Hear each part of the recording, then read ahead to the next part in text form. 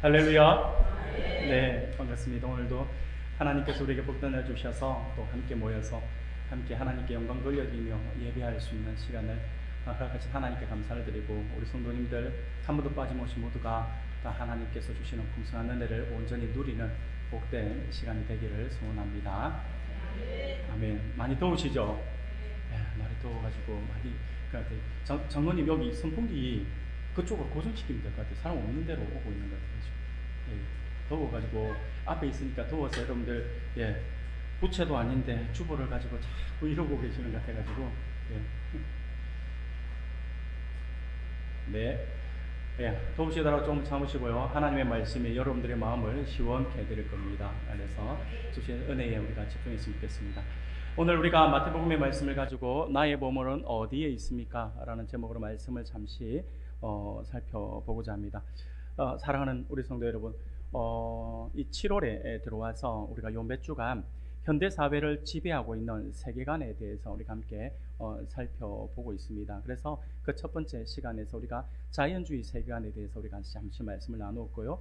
그리고 상대주의 세계관에 대해서 말씀을 나누었고, 지난주에는 우리가 개인주의 세계관에 대해서 말씀을 우리가 함께 살펴보았죠. 오늘은 이제 그 마지막 시간으로 현대 사회를 지배하고 있는 또 다른 하나의 세계관을 우리가 함께 살펴보고자 합니다. 그것은 다름이 아니라 소비주의라고 이야기할 수가 있습니다. 소비주의 세계관이라고 이야기할 수 있어요. 그래서 이 소비주의는요, 소유와 소비의 삶의 가치를 집중시키는 그러한 세계관이라고 할 수가 있습니다. 물론 이 소비라고 하는 것은요, 그 자체가 결코 나쁜 거 아니에요.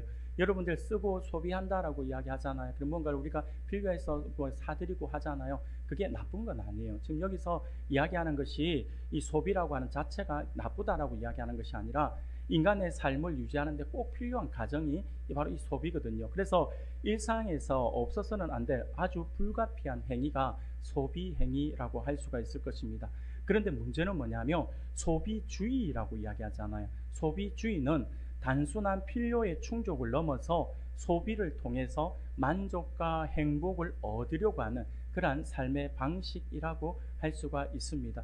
내가 그것을 가져야지만 내가 행복하다라고 생각을 하는 거예요. 그러다 보니까 내가 어떻습니까? 형편이 안 되는데도 뭐 빚을 냈다든지 아니면 그냥 더 많은 것을 그냥 적당한 게 필요하면 되는데 그 이상의 것, 아니면 필요도 없는데 남들에게 뭐 보여주고자 하는 그 욕심에서 그 물건들을 막 소비해서 사는 그러한 삶의 방식, 그걸 가져야지만 내가 행복하고 그걸 가져야지만 내가 가치 있는 삶을 사는 것이다 라고 생각하는 그 자체에 문제가 있다라고 하는 거죠.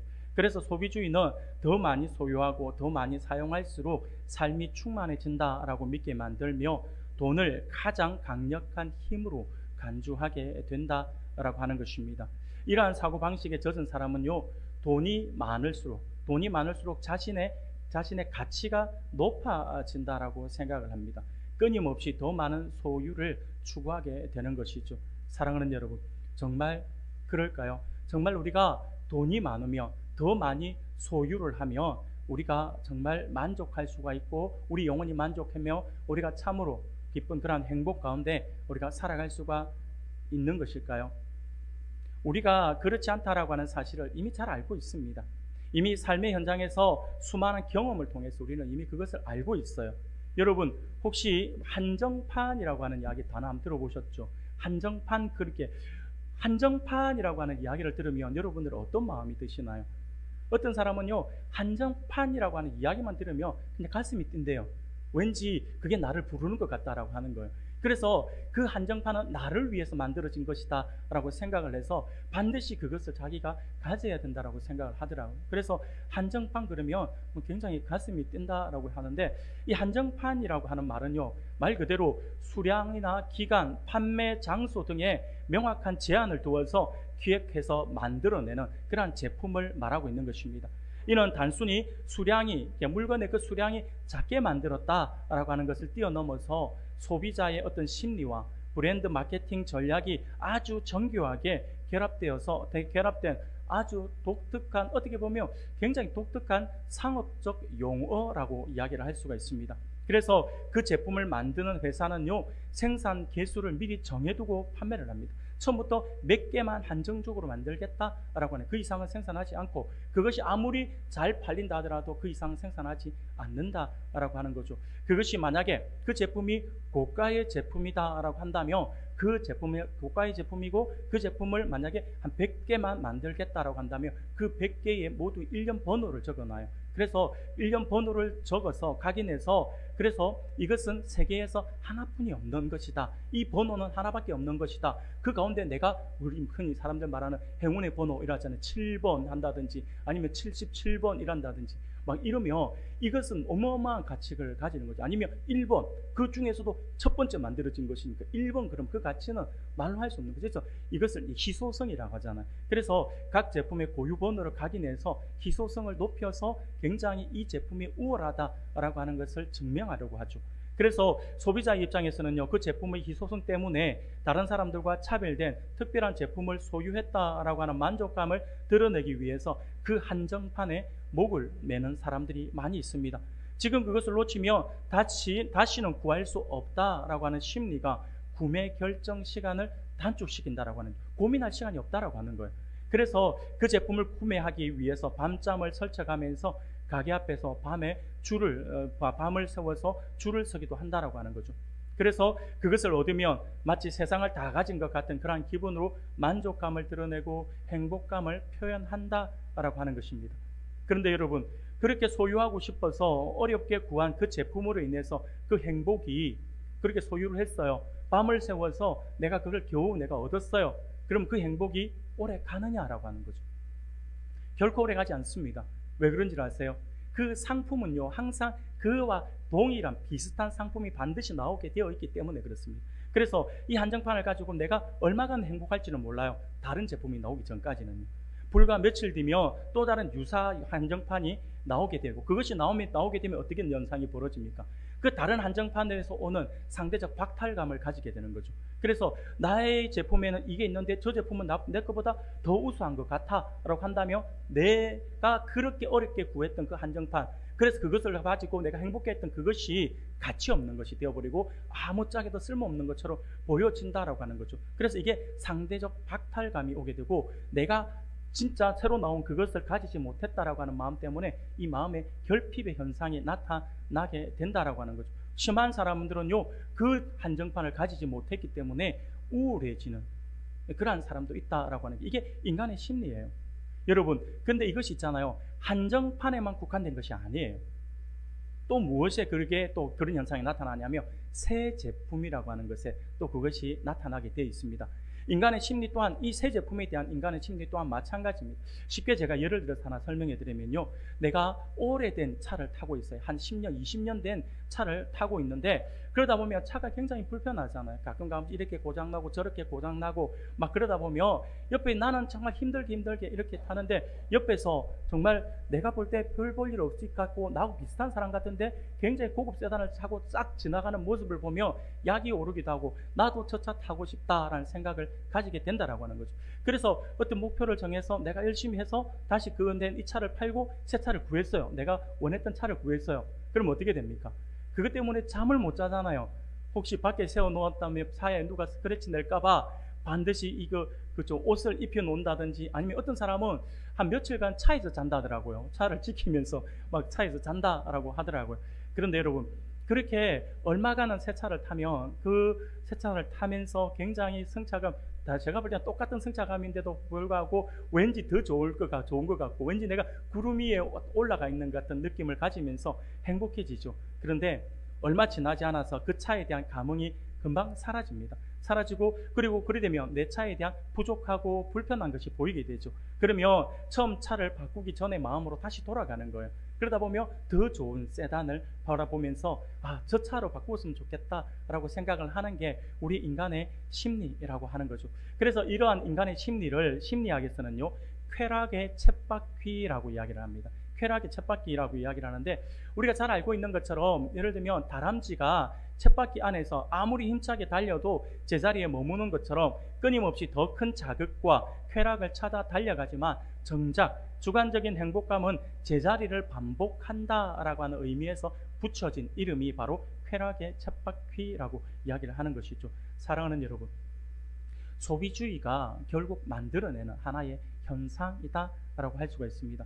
소비주의는요, 더 많이 가져야 행복하다, 내가 입고 있는 옷과 신발, 그리고 너의 소유가 너의 가치다라고 속삭입니다. 그래서 내가 얼마나 큰 집에 사는가, 내가 얼마나 큰 차를 타고 다니는가가 나의 가치의 어떤 그 상하를 좌우한다라고 생각하는 거죠. 작은 차 타면 큰 차 타는 사람 앞에서 기가 죽어요. 실질적으로 또 본인만 그런 것도 아니에요. 우리 사회가 또 그리 만들어요.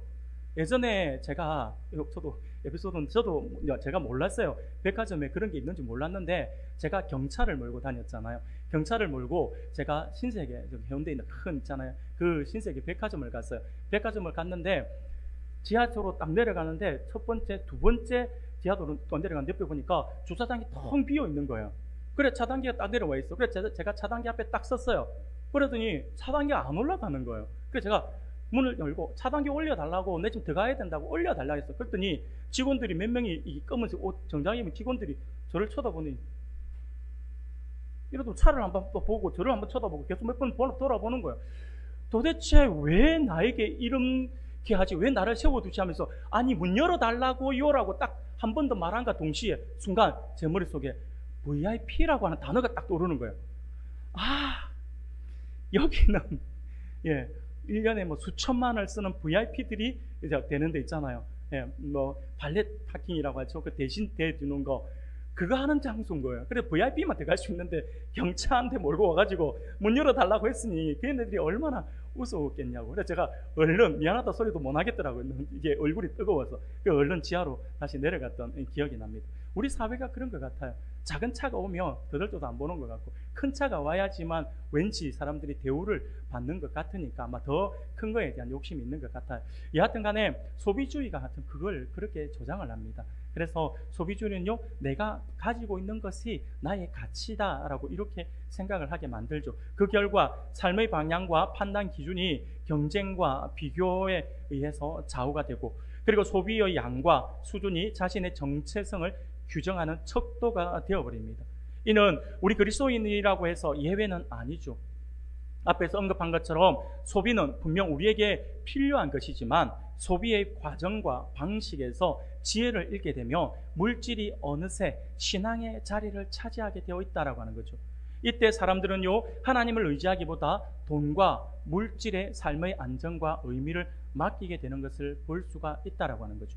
그래서 하나님께 드려야 될 시간보다 내가 돈을 버는데 시간을 더 투자를 하는 거죠. 이미 나의 하나님의 자리에 돈이 들어와 있고, 하나님께 드려야 될 그 시간에 내가 돈이라고 하는 것에 그 더 가치를 두면서 그 시간을 빼앗겨버린다라고 하는 거죠. 나는 아니다라고 이야기하겠지만 사실은 바뀌어 있어요. 하나님의 자리에 물질이 들어가 있는 모습을 보게 된다라고 하는 거죠. 사랑하는 우리 성도 여러분, 그런 의미에서 오늘 우리가 읽은 본문의 말씀은요, 우리에게 아주 중요한 메시지를 선포하고 있습니다. 우리가 돈과 보물을 어디에 쌓아두어야 하는지, 그리고 무엇을 우리의 진정한 주인으로 삼아야 하는지를 우리에게 분명히 보여주고 말씀해주고 있는 말씀이기 때문에 굉장히 중요한 본문입니다. 그러므로 오늘은 많이 가지면 더 행복해질 수 있어, 더 사면 더 만족할 수 있어 라고 하는, 그렇게 믿는 소비주의를 우리가 어떻게 바라보아야 하는지, 그리스도인으로서 그것을 어떻게 바라보아야 하는지, 그리고 하나님 나라 백성으로서 우리가 어떤 생각과 어떤 태도를 가지고 살아가야 되는지에 대해서 우리가 함께 살펴보면서 하나님의 은혜를 나누고자 합니다. 사랑하는 여러분, 오늘 본문은요, 참 신앙을 잃어버린 사람들의 세속적 물질관에 대해서 경고를 합니다. 그리고 재물의 올바른 사용법에 대해서 우리에게 교훈해주고 있는 말씀이죠. 여기서 예수님은요, 결코 재물을 악한 것으로 여기지 않으십니다. 여러분들 잘 기억하세요. 재물은요, 악한 것 아니에요. 저는 여러분들에게 누차 말씀을 드립니다. 여러분들이 부자 되기를 원해요. 저는 예수 믿는 사람들이 잘 살아야 된다 봅니다. 그래서 그 잘 살아야 되는데, 그 잘 살고 여러분들이 부자가 되어서 그것을 가지고 내 배를 채우고 나의 유익을 위해서가 아니라, 물질이 있어야 하나님의 사업을 더 많이 할 수 있잖아요. 더 많이 우리가 선교도 할 수 있고 또 국내 사업도 많이 할 수 있잖아요. 그런 의미에서 말씀을 드리는 거예요. 여러분들 많아야 더 많이 하나님 앞에 드릴 수 있잖아요. 그래서 재물이라고 하는 자체는 나쁜 거 아니에요. 주님도요, 재물 자체가 나쁘다, 악하다라고 말씀하신 적은 없으세요. 그렇다고 해서 우리 주님이 당시에 유대인들이 가지고 있었던 재물관에 거기에 동조하지는 않으셨어요. 쉽게 말하면 재물은 악한 것이 아닌데 그 시대 상황 속에서 유대인들이 가지고 있었던 내가 재물에 대해서 나의 마음가짐이 어떠하다라고 하는 부분들에 대해서 주님이 그래 네 마음이 맞아, 네 생각이 맞아라고 하지는 않았다라고 하는 거죠. 그들의 동조하지는 않았다라고 하는 거죠. 쉽게 말하면 당시의 유대인들은요, 물질적 풍요를 하나님의 축복과 동일시하면서 재물을 축적하는 일에 온갖 관심을 쏟아 부었다라고 하는 거죠. 어떤 방법으로 써서 했던 간에 내가 재물이 많으면 하나님께서 나에게 주신 복이야 라고 하는 거죠. 여러분 오늘날도 이런 사람이 있을까요? 없을까요? 있습니다. 내가 불법을 자행하고 내가 그냥 이게 국가에 세금 낼 것도 안 하고 막 불법을 자행하고 내가 팔아서는 안 되는 걸 팔고 내가 해서는 안 되는 일들을 하면서 벌어들이는 거예요. 근데 그게 수입이 올라가요. 그런데 이걸 가지고 뭐라고 이야기하냐면 하나님의 은혜다라고 이야기하는 사람이 있어요. 이게 하나님의 복이다라고 생각하는 사람이 있다니까요. 그렇게 말하는 사람이 있다니까요. 불법을 하고도. 그게 불법을 하고 벌어들였으면 그게 두려움으로 다가와야 돼요. 하나님의 백성이라고 한다면. 그래서 여러분들 잘 기억하셔야 돼요. 그래서 근데 그 당시 유대인들이 그런 마음을 가졌다라고 하는 거죠. 그래서 많이 가지면 하나님의 복이다라고 생각을 해서 그들은요 재물을 축적하는 일에 온갖 관심을 쏟아부었어요. 그런데 예수님께서는요 오히려 재물을 쌓는 것보다 그것의 올바른 사용에 주의를 기울이도록 촉구하셨다라고 하는 거죠. 재물을 쌓는 것이 중요한 것이 아니라 네가 있는 그것으로 어떻게 쓰느냐가 더 중요하다라고 하는 것입니다. 여러분들 제가 앞서도 말씀을 드렸잖아요. 저는 여러분들이 부자 되기를 원하고 여러분들이 잘 살기를 원하고 여러분들이 물질이 많아지기를 원한다라고 말씀을 드렸어요. 근데 그것이 만약에 그것이 여러분들의 발목을 잡고 여러분들의 죄악으로 끌어내리는 거라고 한다면 저는 그 기도 안 합니다. 그 기도 안 하죠. 당연히 안 해야 되겠죠. 근데 만약에 여러분들이 그 물질을 가지고 하나님의 사업을 위해서 더 하나님의 영광을 위해서 내가 이렇게 쓴다라고 한다면 당연히 하나님 몇 배의 복을 더해 주시고 하나님 일마다 복받게 해주시고 우리 성도들이 나가도 복받고 들어와도 복받고 심지어 그들의 집 안에 있는 그릇까지 복받게 해주세요. 이런 기도 왜 못 할까요? 하죠. 목사의 기본이 뭡니까? 성도들을 위해서 기도하는 건데 왜 그거 못 합니까?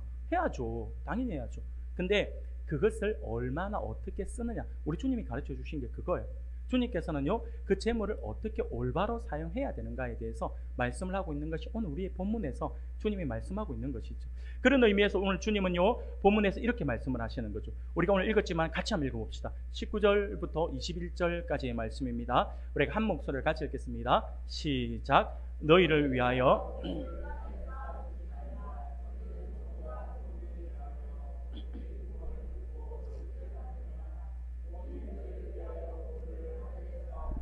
거기는 좀이나 동록이 해하지 못하며 도둑이 구멍을 뚫지 못하고 도둑질도 못하느니라. 내 보물 있는 그곳에는 내 마음도 있느니라. 아멘. 사랑하는 우리 성도 여러분, 예수님의 말씀처럼 우리가 보물을 어디에 쌓느냐에 따라서 우리의 마음가짐이 달라집니다. 그 마음이 따라갑니다. 돈과 물질을 우리가 가장 귀하게 여기며 마음도 그쪽으로 기울어지게 되어 있다고 하는 거죠. 더 많이 가지려고 하고 잃어버릴까봐 굉장히 걱정하며 삽니다. 돈에 관심이 많고 돈에 막 모든 것이 집중되어 있으며 집에 돈이 있으면요 잠을 못 자요. 잠을 못 잔다니까요. 두 발 뻗지도 못하고 심지어 어떤 사람은 막 이렇게 끌어안고 막 이게 뭐 자는 사람들도 있고 자기 침대 밑에 깔아놓고 자는 사람도 있다라고 하더라고요. 사랑하는 여러분, 하지만 하늘에 보물을 쌓는 사람은 어떨까요? 달라요. 그런 마음이 없어요.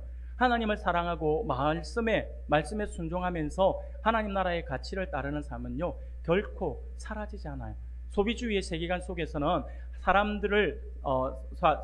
소비주의 세계관 속에서는요 사람들은 더 많이 가지면 행복해질 것이다 라고 그렇게 생각을 해요. 하지만 예수님은요 우리의 마음이 돈과 물건에 끌려가지 말고 하나님을 향하도록 우리에게 가르쳐주고 있다라고 하는 거죠.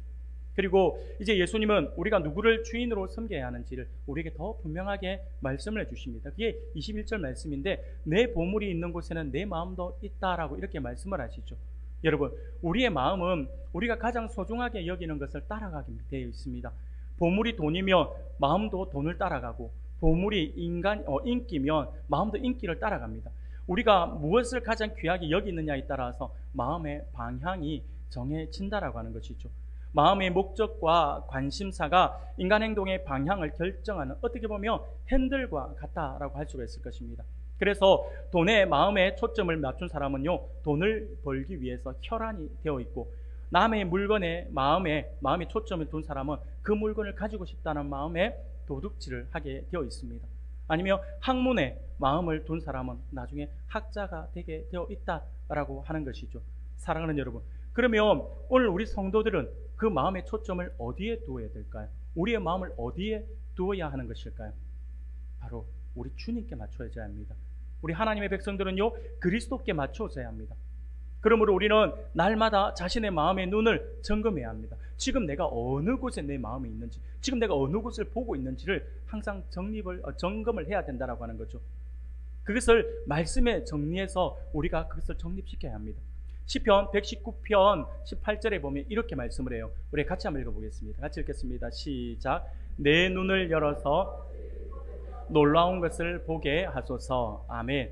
사랑하는 여러분, 시인의 이 고백이 오늘 우리의 고백이 되기를 소원합니다. 그래서 우리의 시선이 그곳을 향해야 되는 거예요. 시인과 같이 기도하면서 말씀으로 자신의 마음 방향을 다시 0점 조절한다라고 하잖아요. 여러분, 남성분들은 0점 조절이 뭔지를 알아요. 처음에 총을 쏴보면 이 총이 내가 아무리 잘 겨누었다 하더라도 총구에 총을 쏘잖아요. 그러면 맞추는 초점이 다 달라요. 처음에 세 방을 딱 쏴보면서 쏘잖아요. 그러면 구멍이 다 다르잖아요. 그러면 이 막 돌려요. 그 총에 그 가늠자하고 이걸 돌려요. 돌려가지고 그 초점을 맞춰요. 그걸 0점 잡는다라고 이야기를 해요. 그래서 우리의 초점이 빗나가 있다라고 한다면 우리의 초점이 하늘에 있어야 되고 주님께 향해 있어야 되는데, 우리 초점이 빗나가 있어야 된다. 빗나가고 있다면 우리의 시선의 0점을 조정해야 된다라고 하는 거죠. 누구에게로? 주님께로 집중해 있어야 된다라고 하는 거죠. 그래서 그걸 조절해야 되는 거죠. 우리가 마음의 눈을 주님께 고정시키게 되면 우리는 하나님의 영광을 보게 되어 있어요. 그걸 우리 주님께서 말씀하셨잖아요. 한번 같이 한번 볼까요? 마태복음 5장 8절이에요. 같이 한번 보겠습니다. 시작. 마음이 청결한 자는 복이 있나니 그들이 하나님을 볼 것이며. 할렐루야. 우리의 마음이 어디로 향해 있고 우리의 마음이 어디로 맞춰져 있느냐에 따라서 모든 게 달라지는데, 특별히 우리의 마음이 청결해서 주님을 온전히 바라본다면 하나님을 볼 것이다 라고 말씀을 하시잖아요. 나와 함께 하시는 그 하나님을 내가 볼 수 있다라고 하는 것이죠. 사랑하는 여러분, 마음의 눈을 주님께 고정하는 성도님들이 되기를 소원합니다. 그래야지만 하나님 아버지께로 가는 영생의 길이 보이게 되어 있고요, 하나님의 인격과 섭리와 그 뜻도 알게 되어 있다라고 하는 사실을 우리가 결코 잊어서는 안 될 것입니다. 사랑하는 여러분, 전도서 5장 10절을 보면 이렇게 말씀을 해요. 이 말씀도 우리가 같이 한번 읽어볼까요? 같이 읽겠습니다. 시작. 은을 사랑하는 자는 은으로 만족하지 못하고 소두로 만족하지 아니하나니 이것도 헛되도다. 아멘. 사랑하는 여러분, 물질에 모든 시선이 맞춰져 있으며 만족하지 않아요. 절대로 만족하지 않습니다. 절대로 그것은요, 우리의 안에 우리의 어떤 욕심을 다 채워질 수가 없다라고 하는 거죠. 돈을 많이 가질수록 어떻습니까? 돈은 더 많이 가질수록 더 많이 가지고 싶어요. 지금 내가 돈이 없잖아요. 돈이 없어가지고 내 은행 창고에, 내 통장 창고에 내가 얼마밖에 없다 그래서 내가 내 통장 창고에 숫자가 많은 이렇게 해서 한 1억이나 이런 게 막 찍혀 있으면 좋겠다라고 하잖아요. 그럼 그 1억이 딱 만약에 은행 가운데 1억이 딱 들어 있잖아요. 그럼 그것으로 만족할까요? 아니에요. 그것을 봄과 동시에 10억 가지고 있는 내 친구가 보이게 돼 있어요. 그러면 내가 그 친구를 부러워하는데 그 친구에 비해서 상대적으로 내가 빈곤을 느끼게 되는 거죠. 그러면 내가 또 열심히 해서 내가 10억을 가졌다 생각해 봅시다. 목표를 정해서 10억을 가졌어요. 그러면 내가 그걸로 만족할까요? 아니요. 100억 가지고 있는 누군가를 보게 돼 있어요. 그러면 어떻습니까? 그 사람에 비해 나는 저 사람에 비해서 10분의 1밖에 안 된다. 그러면 나는 가난하다. 이런다니까요. 만족이 없어요. 만족이 없다니까요. 사랑하는 여러분, 돈을 많이 가지면 가질수록 더 갖고 싶어지는 마음이 생기는 것은 어떻게 보면 인지상정이라고 할 수가 있습니다. 그래서 돈을 가지면 마냥 기쁠 것 같지만 그 기쁨은 오래 가지 않습니다. 만족보다 더 큰 욕심이 반드시 따라오기 때문이죠. 여러분, 예수님은 우리에게 묻고 계십니다. 우리가 무엇을 우리의 보물로 삼고 있냐고요. 오늘 주님께서 우리에게 그것을 물어보고 계십니다. 여러분들에게 물어보신다면, 지금 물어보고 계시면 여러분들은 뭐라고 대답하실래요? 지금 주님께서 우리에게 우리가 무엇을 보물로 삼고 있느냐라고 물어본다면 뭐라고 대답하시겠습니까? 만약 하나님이 우리의 보물이라고 한다면 우리는 가진 것을 결코 자랑하지 않겠죠. 하나님이 맡기신 것으로 여기고 감사하며 사용할 것입니다. 하나님께서 나에게 주신 것이니까, 나는 청지기의 마음을 가지고 나에게 맡겨주신 것이니까, 이것을 가지고 하나님께서 선한 사업을 하라고 나에게 주신 것이니까, 이것을 가지고 오히려 감사하는 마음을 가지게 되어 있다라고 하는 것, 작다라고 불평하지는 않습니다. 하지만 더 많이 가지는 것이 보물이 되며 마음은 쉽게 흔들리게 되어 있고요, 비교하게 되며 만족하지 못하게 되어 있습니다. 그래서 예수님은 이제 더 분명한 말씀을 우리에게 주시는 거예요. 우리가 누구를 우리의 주인으로 섬겨야 하는지에 대해서 말씀을 합니다. 그걸 우리가 22절, 23절 말씀을 통해서 우리가 한번 살펴보고자 합니다. 22절, 23절 우리가 같이 읽겠습니다. 시작. 눈은 몸의 등불이니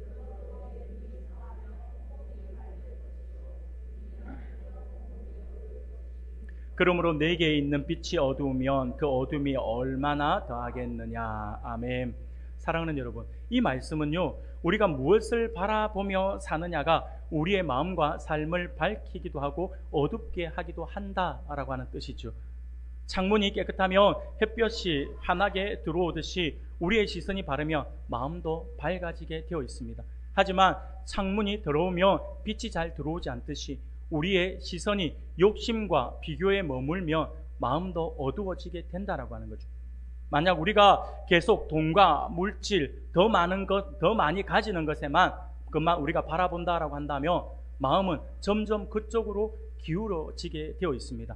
만족보다 욕심이 커지고 감사보다 비교가 더 커지게 될 것입니다. 하지만 돈을 바라보는 대신 돈을 주신 하나님을 바라본다라고 한다면 우리는 가진 것을 감사로 받아들이고 바르게 사용할 수가 있을 것이다 라고 하는 것이죠. 이어서 우리 주님은요, 우리에게 마지막으로 이렇게 말씀을 하세요. 24절입니다. 같이 읽겠습니다. 시작. 한 사람이 두 주인을 섬기지 못할 것이니 혹 이를 미워하고 저를 사랑하거나 혹 이를 중히 여기고 저를 경히 여김이라. 너희가 하나님과 재물을 겸하여 섬기지 못하느니라. 아멘. 사랑하는 여러분, 우리 예수님의 말씀은요, 아주 분명합니다. 한 사람이 두 주인을 동시에 섬길 수 없다라고 하는 거죠. 주인이라고 하는 것은 내가 가장 중요하게 여기고 가장 먼저 따르는 대상을 말하고 있는 것입니다. 겉으로는 둘 다 따르는 것처럼 보여도 마음은 결국 한쪽으로 기울어지게 되어 있다라고 하는 거죠. 여러분도 우리가 똑같아요. 내가 정말 두 개 중에 어떤 것이 가치가, 둘 다 나에게 가치가 너무 중요한데 어떤 것이 우열인지 내가 우선인지 가리지 못하겠다라고 이런 것들이 있을 수가 있어요. 있을 수 있잖아요. 두 개 중에서 하나를 막 고르고 이러잖아요. 그러면 그때는 이렇게 실험해 보면 되는 거예요. 내가 가지고 있는, 내가 소유하고 있는 것 가운데, 아니면 내가 바라보고 있는 것 가운데, 내가 간절히 바라는 것 가운데 A라고 하는 것이 있고 B라고 하는 것이 있을 때 어느 하나를 내가 포기 못하겠다라고 한다면, 그러면 여러분들 이걸 계산해 보시면 돼요. 내가 A라고 하는 것에 관심이 있고 여기에 그러면 이 A를 위해서 B를 희생할 수 있는가? 아니면 B를 위해서 A를 희생할 수 있는가를 보면 어느 것 중에 조금이라도 더 내가 이렇게 막 장점과 단점을 다 써보세요. 그 중에 결국 하나만 딱 골라라고 했다고 한다면, 그러면 그 중에 하나를 내가 포기하고 하나를 고른다라고 한다면 그게 진짜 내가 바라보고 있는 나의 신앙인 거죠. 내가 그것을 바라보는 거예요. 그게 바로 여러분 지금 여기서 말하는 거예요. 우리가 결국의 마음은요, 우리가 두 개, 세 개를 막 가지고 있고 싶어 하지만 사실은요, 우리가 두 주인을 섬길 수 없다라고 하는 게 그거예요. 그래서 만약 재물이 주인이 되면 우리의 마음은 점점 재물을 따라가게 되어 있습니다. 더 가지려고 하고 잃어버릴까 봐 걱정하고 비교하게 되는 거예요. 하지만 하나님이 주인이 되면요, 돈과 물질은 우리의 삶이 주인이 아니라 하나님이 맡기신 도구가 될 것입니다. 그럼 굉장히 우리의 마음이 자유를 누릴 것이에요. 사랑하는 여러분, 오늘 예수님의 말씀은요, 우리에게 한 가지를 아주 분명하게 가르쳐주고 있습니다. 만족은 더 많이 가지는 데서 오는 것이 아니다라고 하는 거예요. 소비는 분명 필요하지만 소비가 우리 마음을 채워주지는 못한다라고 하는 것입니다. 하나님이 우리의 주인이 될 때 우리는 가진 것으로 감사하고 바르게 사용할 수 있음을 우리가 결코 잊어서는 안 될 것입니다. 그래서 오늘 말씀은 우리에게도 이렇게 질문을 하고 있는 것입니다. 우리 마음의 주인은 누구인가? 지금 나의 보물은 어디에 있냐고요? 나의 주인, 나의 영적 주인은 누구인가라고 하는 거죠. 하나님이십니까? 재물이십니까? 여러분, 이 질문으로 예수님은 지금도 우리의 마음의 방향을 묻고 계심을 결코 우리가 잊어서는 안 될 것입니다. 여러분, 말씀을 정리하도록 하겠습니다. 오늘 우리는 소비주의라고 하는 현대사회의 거대한 흐름 속에서 예수님이 말씀하신 이 말씀을 우리가 함께 살펴보았습니다. 세상은 끊임없이 우리 옆에서 더 가져야 행복하다, 더 좋은 것을 가져야 성공한 인생이다, 소유가 곧 너의 가치다라고 끊임없이 우리 옆에서 속삭입니다. 그러나 여러분, 예수님은요, 너희를 위하여 보물을 하늘에 쌓아두라라고 하는 전혀 다른, 소비주의와 전혀 다른 그런 말씀을 하십니다. 왜냐하면 이 땅의 것은 언젠간 사라지지만 하나님 안에 쌓은 것은 영원하기 때문에 그렇습니다. 그것은 결코 없어지지 않습니다. 지금 당장 내 눈에 보이지 않는다 해서 우리가 조바심 낼 필요가 없습니다.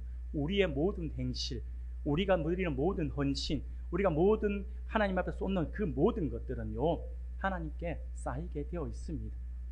내가 여러분들 막 천국 가면 깜짝 놀랄 수도 있어요. 내가 이렇게 많이 쌓았던가요? 할 수도 있어요. 우리가 기억 못하는 것까지 하나님은 기억하시고 다 쌓아두실 겁니다. 그리고 거기에 대한 보상을 해주실 것입니다. 그런데 눈에 보이지 않는다 해서 내가 이 땅을 살아가면서 눈에 보이지 않는다고 해서 그 가치를 잊어버려서 이 땅에 눈에 보이는 것을 우리가 모든 것에 매여가지고 아등바등 거려서는 안 됩니다. 사랑하는 여러분, 물론 이 예수님께서 말씀하시는 이 말씀은요, 소비를 하지 말라라고 하는 말씀이 아니다라고 하는 걸 여러분 분명히 기억해야 합니다.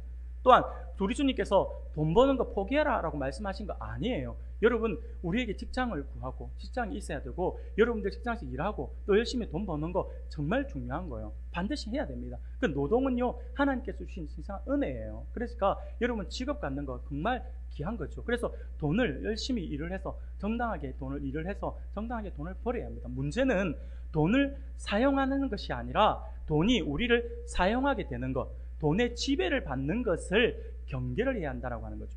내가 다스릴 수 있어야 되는데 내가 거기에 다스림을 받는다라고 하는 거예요. 그래 되면 안 된다라고 하는 거죠. 돈이 우상이 되어서는 안 됩니다. 돈은요, 여러분, 물질은 우리가 하나님께 영광을 돌려드리고자 할 때 사용되어지는 하나의 도구입니다. 도구. 그래서 여러분 잘 기억하세요. 여러분들 목표와 목적을 구분하셔야 됩니다. 목표와 목적 다 비슷한 단어 같이 보이지만 분명히 달라요. 우리의 목적은 하나님께 영광이에요. 그럼 목표는 뭘까요? 그 하나님께 영광을 돌리기 위해서 내가 가져야 되는 직업, 학교, 아니면 물질, 이게 거기 들어가는 거예요. 근데 사람들이 오해를 해요. 자꾸 목표가 목적이 되어버리는 거예요. 그럴 때면 어떻게 됩니까? 수많은 학생들이 열심히 대학 들어가려고 열심히 공부해요. 근데 우리 대한민국의 학생들이 대학 들어가면 어떻게 하는 줄 아세요? 1학년 1학기 때 뭐 하는 줄 아세요? 전부 다 놀러 다녀요. 공부 안 해요. 왜 그런 줄 아세요? 대학이 목표가 되어 있으니까요. 애들 몰려가지고 막 술 마시러 다니고 내가 성인이 되었는데 하면서 막 내가 청소년의 꼬리뼈를 뗐다 해가지고 막 놀러 다니는 거예요. 밤늦게까지 다니고 내가 성인인데 하면서 집에 늦게 들어온다면 뭐라 하며 성인인데 왜 그러는데 하고 엄마한테 막 덤벼들고 막 그러잖아요. 예원이는 니한테 하는 이야기는 아닌데 미안. 영아 미안. 예. 너무 이쁜 아이인데 죄송합니다. 우리 다른 아이들이 그리 하더라고요. 그러면서 그런 거죠. 그게 왜 그런 현상이 벌어지냐면 대학이 목표가 목적이 되어버려서 그래요. 여러분 잘 기억하세요. 하나님의 사람들은요, 하나님의 백성들은 목표와 목적을 정확하게 구분해야 합니다. 그래서 우리의 목적은 하늘에 있어요. 그리고 하나님께 영광을 돌리는 것이 우리의 목적이에요. 그 목적을 이루기 위해서 우리가 필요해야 되잖아요. 하나님, 예를 들어 제가 이 무너진 이 교육의 현실을 보면서 제가 통탄해하면서 우리나라 교육의 현실이 너무 안타깝습니다. 이 교육의 현실을 하나님 제가 다 바꿀 수는 없지만 조금이라도 내가 경각심을 불러일으키기 위해서 내가 그 일을 하기를 원합니다. 그래서 내가 조그만 유치원, 예수님만을 온전히 가르치는 유치원을 만들기 원하고, 아니면 학교를 하나 세우기를 원합니다. 학원을 하나 세워서 거기서 그리스도의 이름으로 하나님의 사랑으로 가르친 아이들 세상으로 흘려보내기를 원합니다. 그렇게 하나님께 영광을 돌려드리고 싶어요 하는 사람, 그래 목적이 하나님께 영광이잖아요. 근데 이 사람에게 있어서 이 학원을 만들거나 학교를 지으려면 뭐가 있어야 됩니까? 돈이 있어야 되잖아요. 그러니까 그게 목표가 되는 거예요. 내가 100억을 벌어서 이것을 만들어서 그 100억을 목표를 가지고 내가 이렇게 해서 학원을 만들어서 그것으로 하나님께 영광을 돌려드리는 거잖아요. 그러니까 목표와 목적을 정확하게 구분해야지만 우리가 혼돈하지 않을 수가 있다라고 하는 거죠. 우리의 목적은 하나님께 영광입니다. 그래서 예수님은 너희가 하나님과 재물을 겸하여 섬기지 못한다라고 분명히 우리에게 말씀을 해주시면서 우리의 분명한 목적을 우리가 잘 정립해야 된다라고 말씀하는 거죠. 사랑하는 여러분, 그러면 오늘 자신의 삶을 한번 돌아볼 수 있기를 바랍니다. 오늘 나는 무엇 때문에 가장 기뻐합니까? 무엇을 잃을까 가장 두려워합니까? 지금 내 마음은 어디를 향하고 있습니까? 혹시 하나님보다 더 붙잡고 있는 것이 있다라고 한다면 오늘 그 자리를 하나님께 내어드리는 시간이 되기를 소원합니다. 그리고 이번 한 주간만이라도 작은 실천을 한번 해봤으면 좋겠습니다. 무언가를 사기 전에 한 번 더 고민해 봅시다. 그것이 정말 필요한 것인지, 아니면 단지 갖고 싶어 하는 것인지. 그리고 그렇게 해서 내가 소비를 좀 한번 줄여볼까요? 한번 줄여봤으면 좋겠습니다. 그래서 우리가 소비를 줄이는데 줄이는 것으로 끝나지 말고 그 줄였으면 돈이 여유가 좀 있을 거잖아요. 그것으로 하나님 나라를 위해서 한번 사용해 보십시오. 또한 이미 하나님께서 내게 주신 것들을 바라보면서 감사의 기도를 한번 드려봅시다. 감사는 소비주의를 이기는 가장 강력한 믿음의 습관이 됩니다. 사랑하는 우리 성도 여러분, 하나님을 나의 가장 큰 보물로 여기는 사람은 가진 것이 많아서 행복한 사람이 아니라 하나님이 함께 하시기 때문에 만족하는 사람이라 할 것입니다. 그러므로 이번 한 주간도 우리의 마음이 세상의 소비가 아니라 하나님께 머무는 복된 삶으로 나아감으로써 하나님을 더욱더 기쁘시게 하며 하늘의 신령한 복을 온전히 받아 누리는 우리 모든 성도님들이 다 되시기를 주님의 이름으로 축원합니다. 아멘.